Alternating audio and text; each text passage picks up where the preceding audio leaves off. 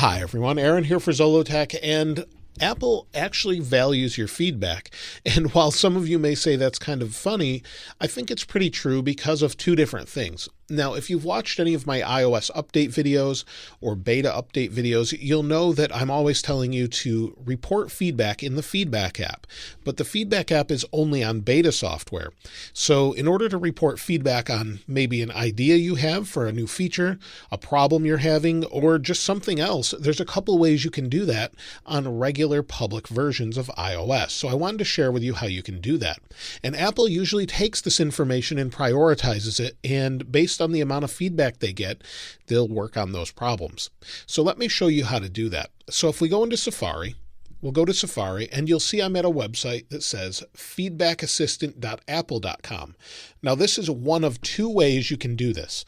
So let me show you what I mean. So here we're at this Feedback Assistant, and in this one you'll actually have to log in with your Apple ID. So if you want to provide feedback this way, you can. Just hit this button here and it says, where would you like to start your feedback? And then you can report for macOS, tvOS, iOS, and iPadOS. And this is more for beta users, but you can use it.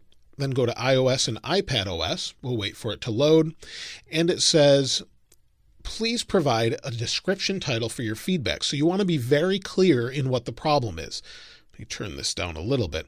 You want to be very clear what the problem is. So for example, maybe you're having not an app reload, because that's not necessarily Apple's issue, but maybe rotation isn't working on your phone.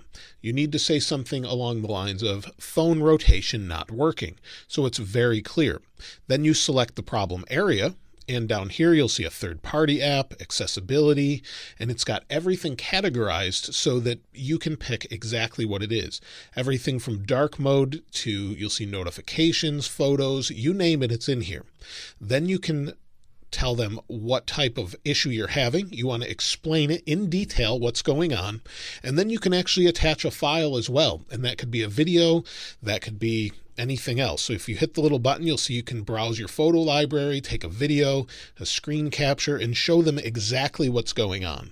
And then you can submit your feedback. And once you do, you'll just have a list. So if I go back here, you'll see you'll have your list. And this is just a beta software announcement, but you'll have a list here and it will give you more detailed information. Sometimes they'll actually respond and ask for more information. So that's one way you can report feedback. But there's another type of feedback as well.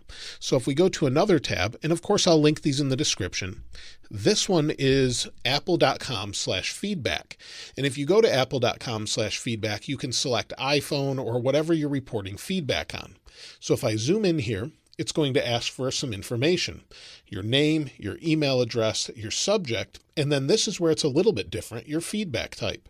So feedback type could be a feature request, a bug report, performance, software or hardware compatibility, or other. So a feature request could be one that I hear all the time is, why is the phone dialer when it rings taking up my whole screen, or things like that. So many people want to see that changed. I would highly recommend that you just go here and tell Apple, hey, I want this feature.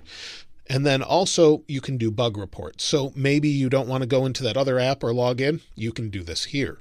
So both of these ways are really great, simple ways to provide feedback directly back to Apple, and then they can use that feedback to improve their software. Despite what many people think, there are a lot of people saying there's a lot of issues, but if you don't report it through this feedback app or through those websites, Apple has no way of knowing that because they don't have the millions of people using their software at their own campus, for example. So if you're beta testing software, that's the point, provide feedback and how it's going for you. And then if you're on a public version, that's the only way we can submit that feedback. So I'm actually logged in a different version of this feedback app where I submit some issues, and I like to submit as many as I can, but I can't submit as many as you possibly could. So I would highly recommend you go there, submit your feedback, and hopefully we get some of those features and changes that a lot of people want. I think the number one thing that's requested, though, is when a phone call comes in, it takes up the whole screen. I see that probably at least a few times a week from many of you either commenting or emailing me directly. I see that a lot. So hopefully Apple listens to those requests, and that will get them to fix these issues that I talk about in the videos regularly.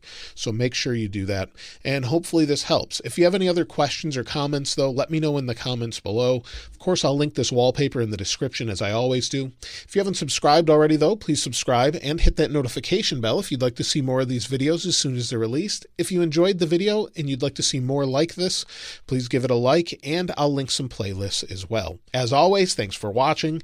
This is Aaron. I'll see you next time.